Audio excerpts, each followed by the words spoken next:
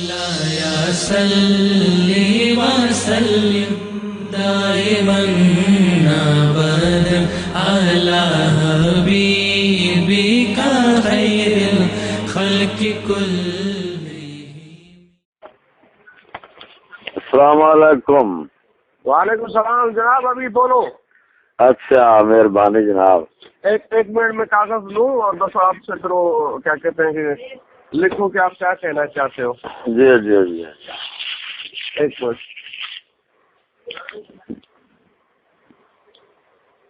یہ پین کون جائے گا؟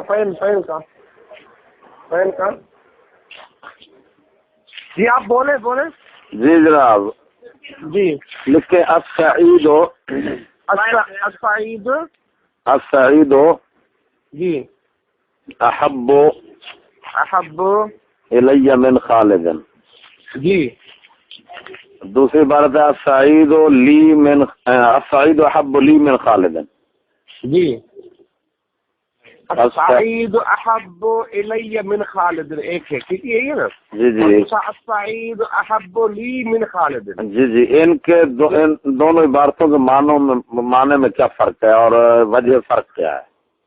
اب یہ تو دیکھیں بڑی وہ کیا کہتے ہیں کہ نمبر پہلی بات تو یہ ہے کہ اس میں تو فرق تو کوئی ظاہر نہیں کہ السعید احب الی من خالد کا مقصد یہ ہے کہ سعید مجھے زیادہ محبوب ہے خالد سے.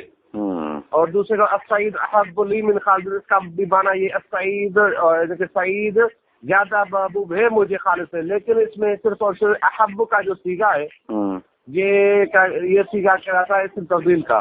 اس میں من اور لا کا فرق ہے اور اس کی وہ یہ کیا کہتے ہیں اس کا استعمال اچھا من سے بھی آتا ہے اور الا سے بھی آتا ہے. لیکن اس سے بہتر یہ ہے کہ السعید احب الی من خالد یہ بہتر ہوگا. اچھا اس کا مطلب ہے آپ حضرت جی اس کا مطلب ہے آپ سرسی پڑھے ہیں.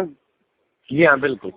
اچھا یہ فرمائے اگر ایک شخص کہے جی کہ قرآن پاک کی تفسیر سائنس کے مطابق کرنی چاہیے جی اور پرانی تفاسیر کے متعلق کہے پرانی لکیروں کو پیٹتے رہنے میں دین کی کوئی خدمت نہیں ہے.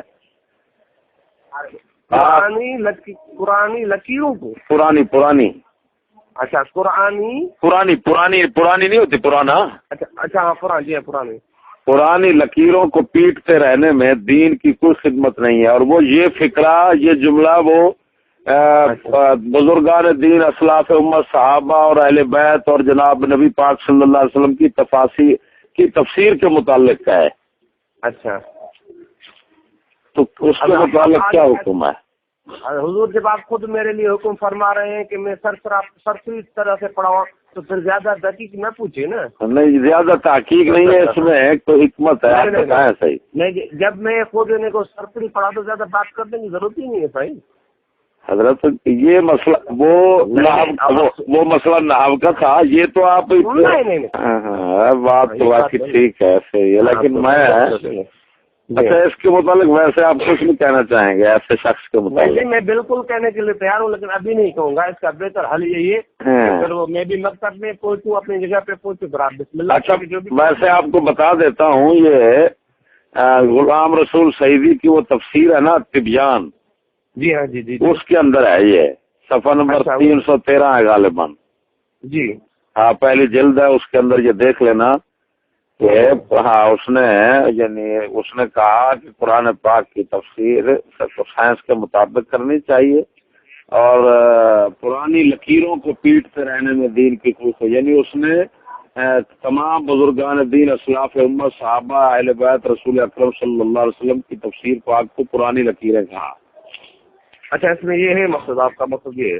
جی جی جی یہ آپ دیکھ لیں اس کے اندر آپ کو اگر نظر آئے تو پھر سوچنا کہ یہ کیا ہے.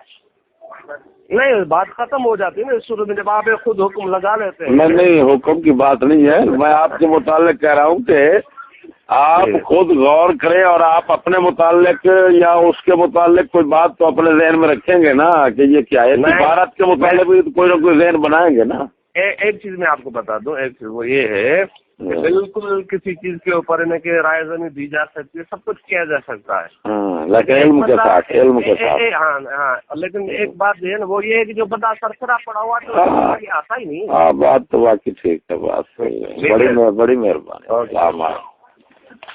مولاي صل وسلم دائما ابدا على حبيبك خير الخلق كل